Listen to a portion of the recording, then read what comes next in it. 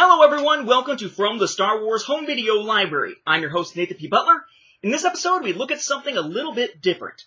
If you go back and look at episode number 75 of this series, wow, can't believe we're as far along as we are, but if you go back and look at episode number 75, you'll see that I covered the DVD that came with the limited edition version of Sculpting a Galaxy, a special Star Wars book that had a super duper limited edition that had all kinds of cool goodies in it, including a DVD.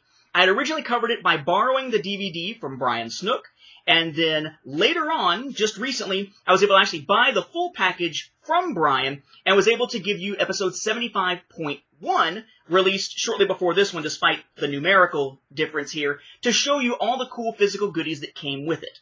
Well, that was released in 2006. It was preceded in 2005 by a similar Insight Editions Superbook, so to speak, for Dressing a Galaxy. Dressing a Galaxy, the Costumes of Star Wars, was a look at the costumes of Star Wars, particularly of the prequels. It was this nice big $50 or so hardcover, tabletop, coffee table kind of book. Well, Insight Editions did a super version of that ran $295 as opposed to Sculpting the Galaxy Limited Edition's $395, so $100 cheaper, that had all kinds of cool goodies in it, including costume fabric swaths, a replica Wookiee belt buckle, all kinds of neat stuff, and a DVD. This is Dressing a Galaxy, the Costumes of Star Wars, on DVD. Lucasfilm logo there, DVD logo off to the side. Ewan McGregor there as Episode 3 Obi-Wan, though kind of odd in that I guess to show more of his lightsaber they cut off a little piece of his head. My God, they cut off his head! I don't know, sorry, I'm just channeling a little bit of Spaceballs there, although I know that's because the head's on backwards and he's looking at his ass and all that kind of stuff. Oh, Ewan's not doing that. He just has part of his noggin cut off. So, this DVD is inside this special limited edition book. And I had never thought I'd be able to add this to my collection. Same thing with Sculpting a Galaxy. I never thought I'd be able to add that limited edition to my collection because in the case of Dressing a Galaxy, it's even harder to find now than getting Sculpting a Galaxy, it seems like. Or at least hard to find for a reasonable, supposedly reasonable type of price. The reason is, these were limited editions. Sculpting a Galaxy was limited to only 3,000 copies and released in 2006. 1 year earlier, before people really knew what they were getting their hands into, you had this. And this one, this limited edition version of Sculpting a Galaxy, was only 2,500 copies, so 500 less, making it quite a bit harder to find, and very sought after because of the cloth samples and the huge Star Wars costuming cosplay community that's out there. What you'll find these days is even just getting a regular copy of just the Costuming a Galaxy book can cost you hundreds of dollars. Just the regular $50 book. To get a copy in that limited edition super set, yeah, that usually runs anywhere from $1,000 to $2,000 for that book with all of its stuff. I've seen it go as high as $3,000 before, just for that book with all of its stuff in good shape.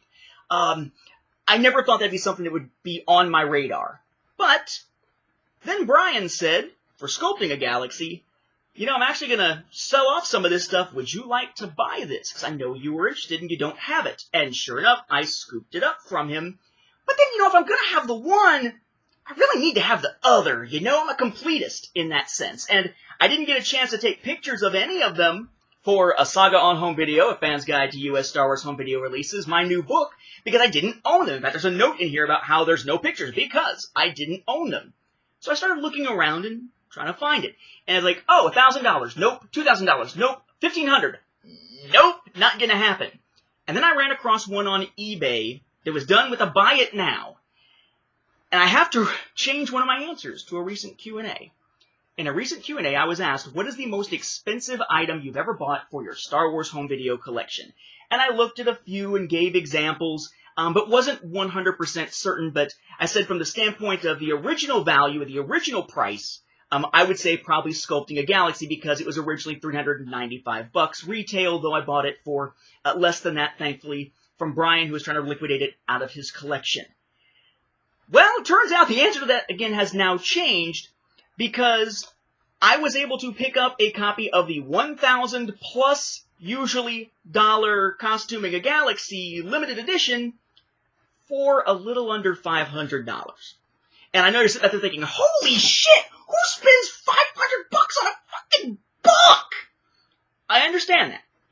I understand that greatly, because I'm sitting here going, oh my god, I can't believe I spent that money on a book.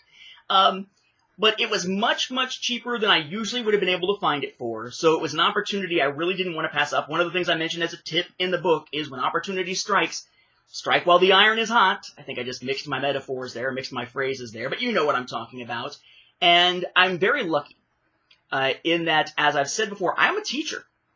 I have a teacher's salary. All this collecting that I do, it's not that I've got big bucks or anything anywhere. I just budget like mad to try to put money aside where I can for things like this. And under normal circumstances, never would have happened. Never would have happened. But I work for an online school where they try to staff us at the same number of teachers as a traditional teacher would have, which is anywhere from about 160 to 180 students. But there's only 2 full-time social studies teachers as of last year. There's now going to be 3. And we had so many students that we were even farming groups out in groups of like 30 and 40 to adjuncts who would work part-time just to handle those students because we had so many. And anytime we wind up with students beyond what the actual contracted amount would be for a teacher, they don't just say, well, you're an online teacher, screw you, you got to take these other students. They give you the option of basically taking on more students as if you were one of those part-time people too. So you're full-time with one load, part-time in a sense with this other load, but you're still monitoring everybody all at once. But it increases your load and increases the stuff you've got to do throughout the school year. But I always agree to that because I want to help as many kids as possible, and I feel as though us full-timers, as opposed to part-timers, are going to be best positioned to do that because we can help them any time of the day. And sure enough, I wound up with a hefty amount of them, not realizing how many extra students I actually had throughout the course of the semester.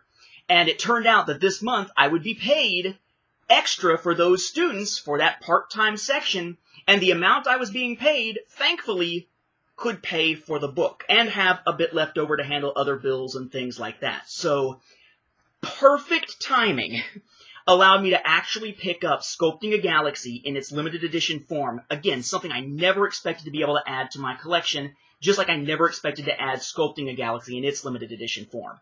That's what this episode is about. I want to show you the book, all the really cool little items that are inside the book and the style of it and everything, and then we're going to take a look at what the contents are of the DVD. Spoiler alert, not as awesome of a DVD as what happened with Sculpting a Galaxy a year later, but still interesting stuff. So let's take a look here. Again, just like the Sculpting a Galaxy, because of how gigantic this book is, and just being able to show it to you in a positive, easily manageable kind of way, I'm not going to be able to do it here in the normal camera setup. I'm going to be breaking out the iPad and a tripod to show it to you using the gaming tables in the other room, so please excuse any video or sound quality differences. Then we'll be back to this setup when it's time to just look at the DVD. So we start out with the book inside its keepsake case, with this band around it, and we unhook the little cloth bits to open the band. Once that's removed, we can see what's underneath. Notice here that mine's a little discolored. This, I believe, is a silk box, or silk over it.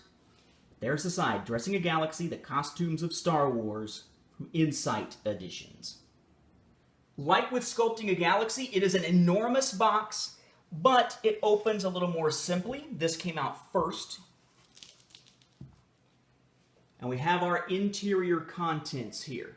You'll notice, I'll scoot you over just a bit, that we have the book in its own little nook here, and it actually has some stuff underneath it. Plus we have items actually built into the back of this front box cover. We have the DVD, which we'll look at in more detail here, Dressing a Galaxy, the Costumes of Star Wars. We have our replica Wookiee belt buckle here. Notice the 2 Wookiees facing different directions here. That just slips under a couple of bands to rest inside here. We have the Certificate of Authenticity from Insight Editions. which again is just held at its three corners by little bands. And then here's something really special, Darth Vader cape material. That's right, inside here, this fabric, that is the fabric used for creating Darth Vader's actual cape. If you ever wonder what Vader's cape would feel like, it actually feels a little fuzzier than I would have expected. Get this back underneath. There we go. Darth Vader's cape material. And then on this side, the book with the ribbon to help us get it out, along with everything else that's underneath it. The book here, enormous. Again, Dressing a Galaxy, the costumes of Star Wars. We'll look at this in more detail here in a moment. Then we have just a kind of like an advertising piece here. Inside Editions, Dressing a Galaxy, etc., etc. A Jerry Garcia book. Here's the special stuff. Here's a postcard to get some free catalogs, blah, blah, blah.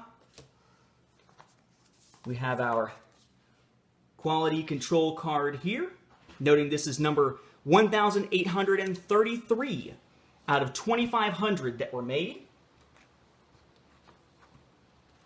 Star Wars costume fabrics, we'll look at this in more detail in a moment. Then we have cut from a different cloth, digital costumes, which was another one that we'll look at in more detail here in just a moment. That all fits within this rather large package. Cut from a different cloth, digital costumes is a little bit odd as a booklet here. Lots of cool, shiny pages with references for digital costumes. It tells you which ones are which on the flaps. But it's interesting in that it's like they had paper that was super shiny on one side and plain on the other. And each page is made up of a kind of a double wide version of that folded over. So the shiny part becomes the pages, and inside each page is a blank white paper section, kind of odd. Then Star Wars Episodes 1 to 3 Costume Fabrics. It's not really a book per se. Instead, this is a giant two-sided fold-out with a ton of fabric samples. Padme's Senate dress, Obi-Wan Kenobi for Revenge of the Sith, Padme's wedding dress, Nemoidian Gunner, Padme green Devoré velvet, Nemoidian Aide, Padme burgundy cut velvet, Zam Wissel, nothing on the other side. But while some of these are just straight, you know, this is what the fabric looked like, in other cases there are actual samples of the fabric itself built in to what we're seeing. Like, okay, that's the fabrics, these three, they're all actual fabrics here that made up the Jedi robe for Obi-Wan. But again, it's two-sided. So here's the other side with Bail Organa's velvet Senate robe from Revenge of the Sith, Padme's black travel dress, Anakin's robes from Revenge of the Sith, again with the fabric sample there, Padme's freighter disguise, Palpatine's gray Federation robe, Padme's peacock and brown handmade one, Jango Fett, and then there's what looks like the cover of a book, though it's actually a fold-out. Then we have the main attraction, Dressing a Galaxy itself by Tricia Bigar. Again, with a really nice setup cover here. And like its counterpart, Sculpting a Galaxy, as you're flipping through, you'll find lots of great information. Giant coffee table book here, but also inserts. I've got one of mine, which is why I was able to get it for less than it might otherwise have gone for, has actually popped out there. But you'll flip, and there are some fold-out pages. There are little fold-out inserts like Darth Vader creating the perfect villain for that part there. You've got Padme Amidala paper dolls that theoretically could be popped out. Again, fold-out pages of costumes. Imperial uniforms, right? And Rebel uniforms with different images and such. There are some pieces that are actually, I guess, designed to pop out. So let me grab one of those and show you here. But basically, the entire book is filled with tons of those inserts, the way that you would expect from Sculpting a Galaxy.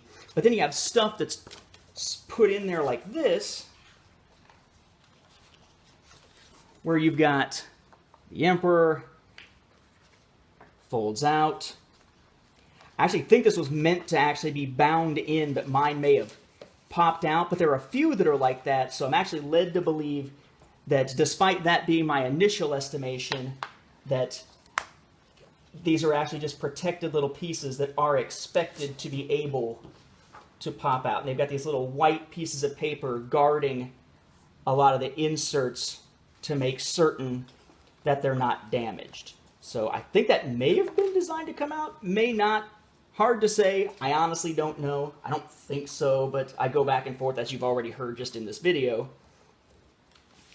Lots of cool little add-ons in there. I'd point out another highlight here, one of the other bound-in pieces behind the seams, an inside look at the art of costume making. That is a highly touted little add-on piece here within this book. But just like Sculpting a Galaxy, great content, tons and tons of fold-outs and inserts and all kinds of cool stuff to go along with all the extras you already got there in the box. Before I put the book away, I would also note here that the front page says this special edition is limited to 2,500 copies. This is copy number 1833. But this one is not signed the way that Sculpting a Galaxy was signed for that edition that came the next year. So yes, a whole lot of awesome here, but we want to look at the home video component, Dressing a Galaxy on DVD. For that, we'll jump back to our regular format of the show. Now, I gotta be honest here, I'm actually kind of disappointed with what's actually on this disc. Whereas Sculpting a Galaxy was all kinds of archival footage and interesting insights from Lauren Peterson. It all felt like it was new stuff, or relatively new stuff to see. It didn't feel like a lot of stuff was being reused from elsewhere. It was really put together for that DVD, for that package, albeit not something of super high production values or anything like that. It was basically mostly just Lauren Peterson going through and narrating clips and things. In this case, what we have are more high production value items to watch, but they're pretty much all things that existed elsewhere. In fact, if you were to have access, which I do not, but if you were to have access to the electronic press kits that were released by the studio for Episode 1 or Episode 3, then between those and the DVD releases of the prequels, you've actually got everything that's on the Dressing a Galaxy, the Costumes of Star Wars DVD. You put it in, and it gives you a quick little menu with Padme in her red with the lamps down at the bottom outfit from Episode 1 kind of off to the side looking out the window, and next to it is your menu of options. And there's a play all option, but it's not really meant to be watched as one whole or anything like that. Instead, it's basically short featurettes that together amount to about half an hour worth of content. Just half an hour. And under Episode 1, The Phantom Menace, you have two options you can click. Costume Drama, which is, it sounds like it's people bitching about their costumes and be like, I ain't gonna wear that. It's not costume drama. It's that Star Wars is a costume drama in the sense that the original trilogy, everything was designed to be very simple, not drawing attention, drab colors and such because the Empire's in charge, but this is a different style society. So to a large extent, costumes in the prequels makes a big difference in terms of the characterization and so forth. And this is, by the way, focused on the prequels. It's the costumes of Star Wars, but for the most part, what you're seeing is prequel stuff. And on the DVD, it's only prequel stuff. Okay, but Costume Drama might sound familiar to you because it's a webisode that was released on StarWars.com, which eventually was released on the bonus disc for the 2001 widescreen and the 2002 full screen Phantom Menace DVDs. So if you already own one of those DVDs, or you own maybe the 2-pack that combines that with Attack of the Clones, or maybe you own the 2008 box set of the prequels that just repackaged those from 2001 in widescreen, then yeah, you've already got that one. The second one for Episode 1 is Timeless Designs. Now, this is a quick little segment that comes from an electronic press kit for Episode 1. So most people don't have this one, but it is just a quick little featurette that runs in the same style as what you would see with one of those webisodes. There's interviews and such with, Natalie Portman, interview with George Lucas, with Trisha Bigger, but it's all little clips and stuff put together into a featurette rather than long interviews or anything like that. Then for Episode 2, Attack of the Clones, you only have one option, and that is P19, specifically referring to the costume that Padme wears when, she's not supposed to be hooking up with Anakin, but they're out there and they're having their picnic and is talking about how, well, tyranny works or whatever.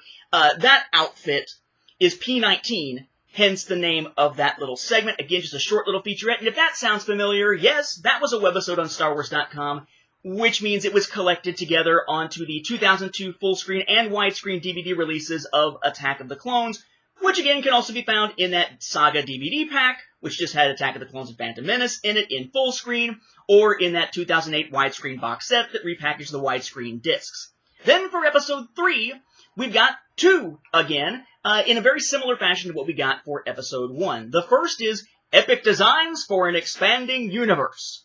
And that is, again, a webisode from StarWars.com, which meant that it showed up on the bonus disc, in this case for Revenge of the Sith in 2005. Again, in widescreen or full screen, or you could get the widescreen version in that 2008 DVD box set. Again, just pulled straight off StarWars.com, stuck onto the DVD, and in this case, lifted as well to put onto this DVD. The second item for Revenge of the Sith is also an electronic press kit item, another little featurette called In-Character Costumes, which again is interesting, but also rather short, and that one, I guess because of when it came out and the advent of the internet and such from 1999 and such all the way up through 2005 and then onward, you can actually find people who on YouTube who have digitized, or I guess just ripped, the electronic press kit from back in the day and put that video up on YouTube. So do a search for Star Wars Costumes EPK, which stands for Electronic Press Kit, and you'll actually find people who have uploaded that one. So that's one you can technically see on YouTube, but it's not one that, again, most people would have, because most people didn't have access to the electronic press kits. And then there's credits. But the credits aren't scrolling credits, it's just a screen of credits, like a menu-looking screen that just has credits, and it's really only giving credits for the ones from Episode 3, not for the ones from Episode 2 or 1, and not for a disc itself. It really is kind of disappointing. And granted, this did come out a year before the one for Sculpting a Galaxy. Sculpting a Galaxy was signed. Sculpting a Galaxy was $100 more. So you can expect, I guess, more out of Sculpting a Galaxy. But it's kind of disappointing because, to me, I saw Sculpting a Galaxy first. Then I saw this. And I love this for the costuming side of things. I love the fabric samples and such. I mean, this is a really cool behind-the-scenes thing. The one thing that I have always liked about card collecting, but that I've never delved into card collecting for because I don't want to fall down that rabbit hole and get sucked into card collecting, is when trading card sets include those cards that instead of being autographs are fabric swaths from costumes and such. I've always thought that's a really cool thing. And here we've got a book with tons and tons of them. And that's really cool. But the DVD, unfortunately, leaves much to be desired. It's interesting to see all these featurettes all running together, and it's cool to see those 2 from the electronic press kits that I had never seen before, although they mirror much of the content we would see elsewhere. I just really had expected something unique and specific to this superbook, so to speak, like what we got with Sculpting a Galaxy when I popped this DVD in, and unfortunately, that wasn't the case. So there we have it, folks. Tricia Baker's Dressing a Galaxy, the Costumes of Star Wars limited edition from Inside Editions, with its DVD, here now finally added to my Star Wars home video library. With that, we'll wrap up this episode. I guess I could do some exercising lifting this sucker. Thank you all for watching, and may the Force be with the home video viewers.